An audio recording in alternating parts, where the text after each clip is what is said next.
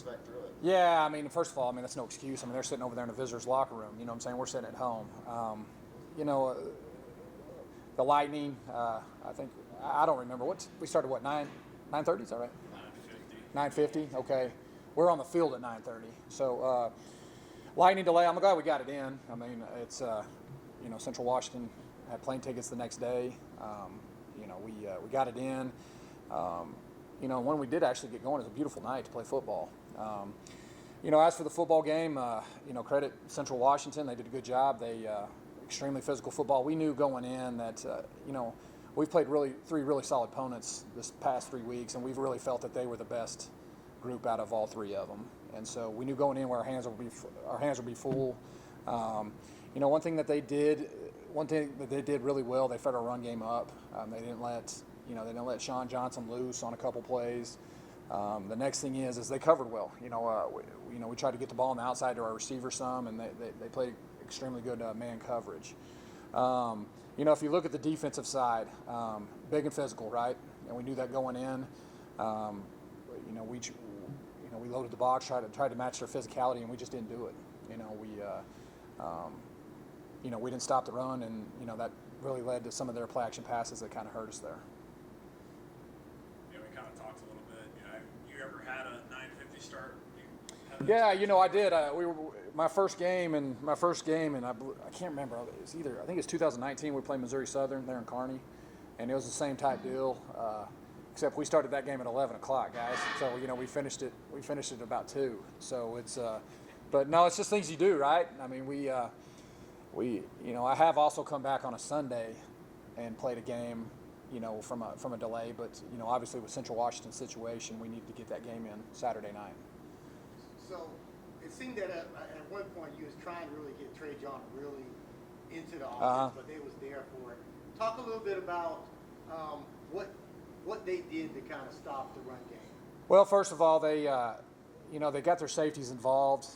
That's where we, throwing the ball. We didn't execute throwing the ball to kind of back those guys up. I thought, if there's one silver lining of the whole deal, I thought our offensive line was decent at times. However, we didn't get up. A lot of times we got to the second level, we didn't get to the third level. And when I say that, the safeties.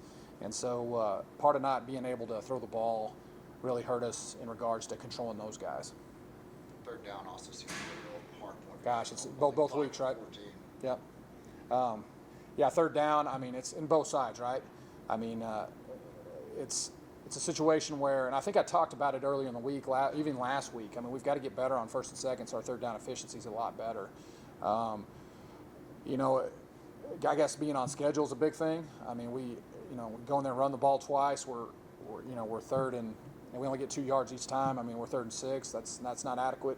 Then we come in there and run the ball well on first down, try to throw it second down. We're still sitting in the same situation. You almost got to look at second down, right? I mean, we've got to do a better job on those first 2 downs to make sure that we're in good situation to execute on third down. Defensively, I mean, gosh, how many 3rd and 1s, 3rd and 2s they have, with their type of offense. That's what, kind of caters to what they do. And so, once again, it goes back to playing well on first and second down. What's the biggest positive you can take out of this game? Our kicking team, man. We made a field goal. In the previous week we didn't make one, right? Okay, I thought Preston kicked well. I thought our punter punted well. Another positive too was, and I'll hit it again, is our offensive line it played pretty well in a lot of ways. We just we didn't execute like we needed all the way around. You mentioned some of those positives. How do you take this game and prevent your players from dwelling on it, but use it to improve going forward? Sure, that's a great question. I mean, you got to look at you got to look at the last 3 weeks. It's kind of like what Brittany said earlier. We played three really good football teams, if not the best in the nation. And I don't know any other team in Division II that's done that. However, we've got to learn from that.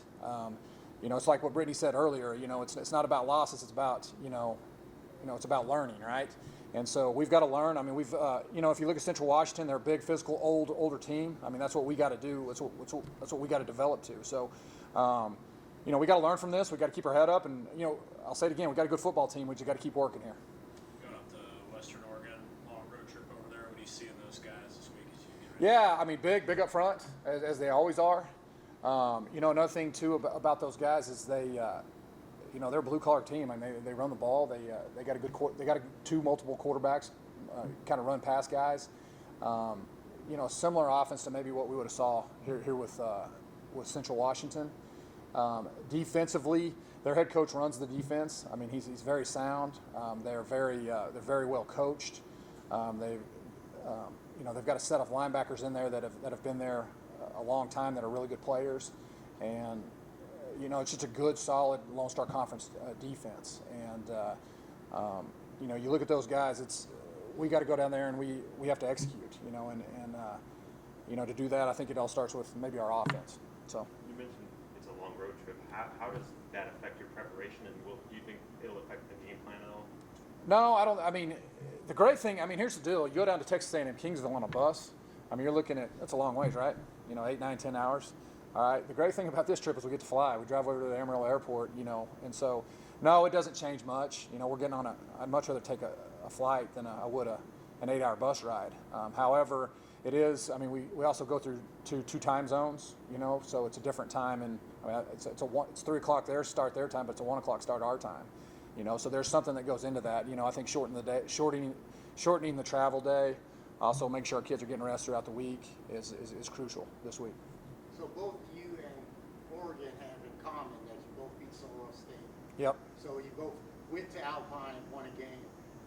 What will you be able to take from the film of that game to kind of see, what worked for each team? Well, and it's also, another thing too, if you look at their other two games, it's been against two FCS opponents, with Boise and Cal Poly. So that's really is the Division II game that's in the Lone Star game, the conference game. We both kind of have something, similar too. So, yeah. Well, I mean, we'll spend a lot of time on that. Obviously, you can see matchups better when it's a team that you've already played. So the one thing about Sul Ross is they're a little bit different offensively than what we are. However, we'll put a lot of stock into that football game and watching it. Obviously, this was long before your time. Mercury Morris passed away last night. Yeah, it's bad. WT Yeah. Buff. You were probably a kid when he was running the ball. So do you remember him playing at all? I do, and another thing too is that, I think it's, you talk about West Texas A&M football, and you talk about players that come of mind right now when you think of West Texas A&M football. You think of Mercury Morris, and so, unbelievable player. I mean, unbelievable person, and to lose one of our own is, it's never good, and it is good, but I mean, he's one of the best that ever came through here, and so, we wish Mercury and his family all the best. So. Then I got one other question. Yeah. I know Sean, he's been developing as goes.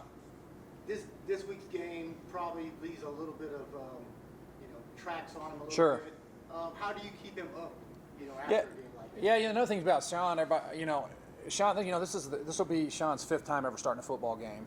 Now, with that said, you look at the last 2 weeks, we've had 2 scores on defense that come directly from interceptions. It goes back to the learning. I mean, we've got to make better decisions.